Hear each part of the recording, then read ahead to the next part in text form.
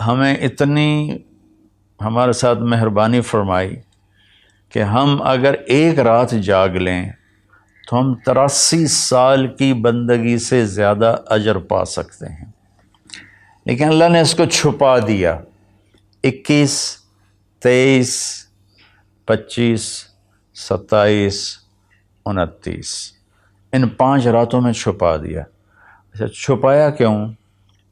کہ اگر اللہ تعالیٰ بتا دیتے کہ فلاں رات ہے، اور اللہ کو تو پتہ تھا کہ آگے آنے والی امت غافل ہوگی، تو متعین ہونے کے بعد پھر کوئی غافل ہوتا، نافرمانی کرتا، کوئی برا کام کرتا تو پوری امت پر عذاب آ سکتا تھا۔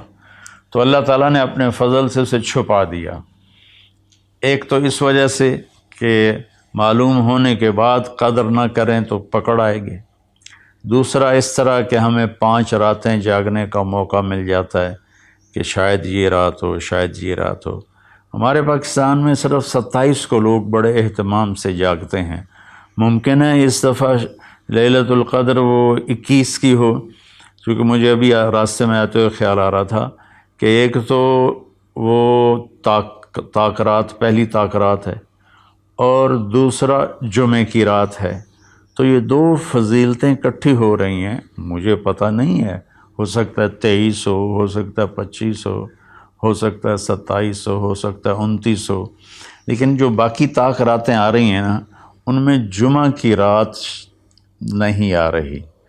تو اس لیے میرے دل کا وجدان یہ ہے کہ ہو سکتا ہے، میں کوئی پیش گوئی نہیں کر رہا ہوں، اپنا وجدان بتا رہا ہوں، ہو سکتا ہے کہ اس دفعہ لیلۃ القدر وہ 21 کی رات ہو۔ بہرحال 5 راتیں ہیں اور چھوٹی چھوٹی راتیں ہیں۔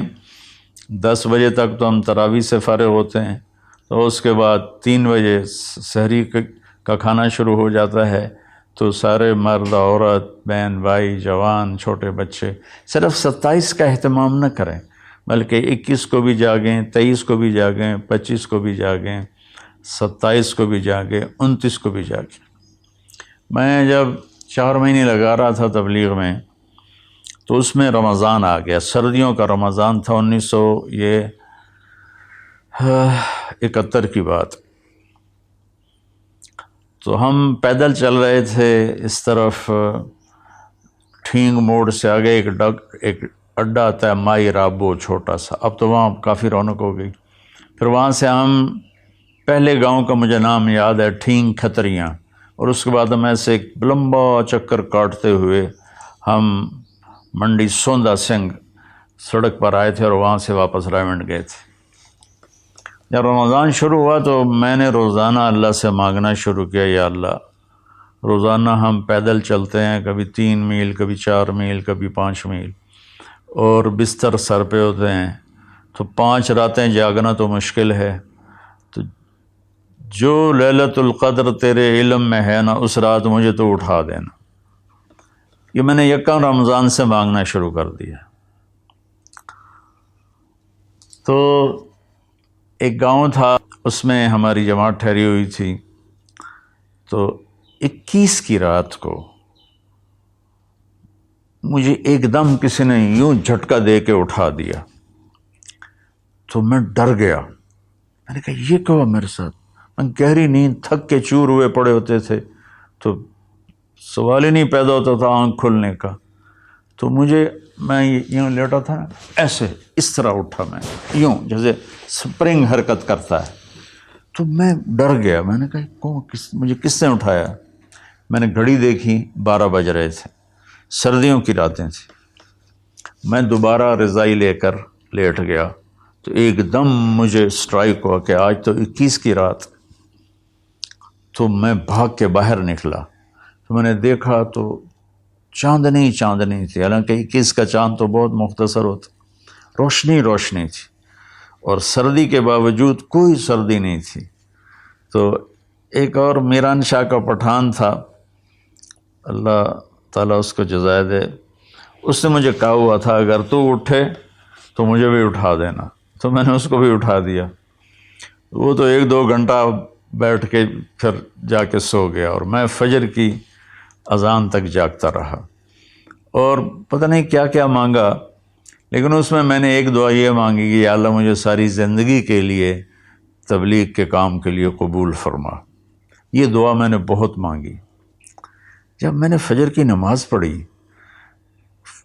تو مجھے خیال آیا کہ تو میڈیکل کر رہا ہے، ڈاکٹر بنے گا، تو نے یہ کیا دعا مانگی ہے کہ اللہ مجھے ساری زندگی کے لیے قبول فرما؟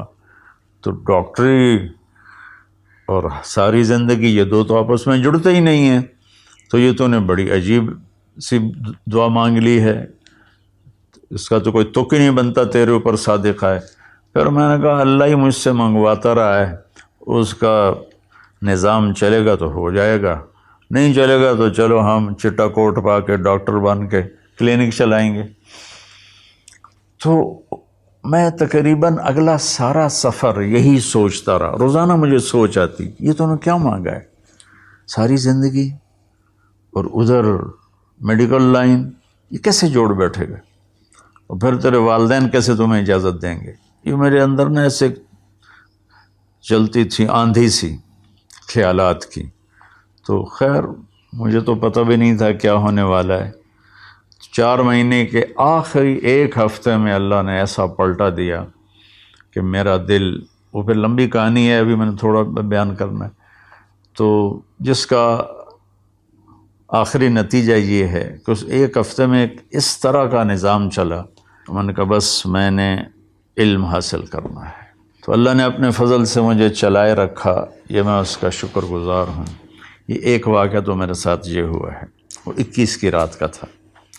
دوسرا واقعہ یہ ہے کہ میں بہت بیمار تھا رمضان میں نا، تو میں نے اللہ سے دعا مانگنی شروع کی کہ یا اللہ تو میرا حال تو دیکھ رہا، مجھ سے تو روزہ بھی بڑی مشکل سے پورا ہو رہا ہے، تو مہربانی کر مجھے لیلۃ القدر بتا دے کب ہے۔ تو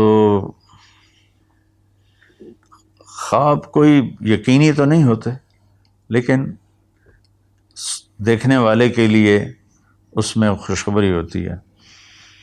تو مجھے نا 22 کی رات کو خواب آیا کہ کل شب قدر ہے 23۔ تو میں 23 کو گرمیاں تھیں، میں سویا ہی نہیں اور جاگ کے اپنا جو کچھ کرنا تھا۔ تو 25 کو میں سویا ہوا پھر اٹھا، تو ایک دم پھر مجھے نیند آ گئی۔ تو میں نے خواب میں دیکھا کوئی کہہ رہا ہے کہ آرام سے پڑے رہو، آج شب قدر نہیں، وہ گزر گئی، 23 کو تھی وہ گزر گئی۔ یہ 2 تو میری آپ بیتیاں ہیں، واللہ عالم خواب کوئی حجت تو نہیں ہوتا، ورنہ اس کا بھی لوگ مذاق بنا لیتے ہیں۔ کہنے کا مقصد یہ تھا کہ شب قدر 5 راتوں میں گھومتی ہے، 21، 23، 25، 27، 29۔ تو ہم ایک 27 کی رات متعین نہ کریں، 5 راتیں جاگیں، تو اس میں سارے گناہوں کی بخشش ہو جاتی ہے، اور جو اللہ سے مانگو دنیا کا آخرت کا، تو اللہ تعالیٰ اپنا فضل فرماتا ہے اور اپنی رحمت کے دروازے کھول دیتا ہے۔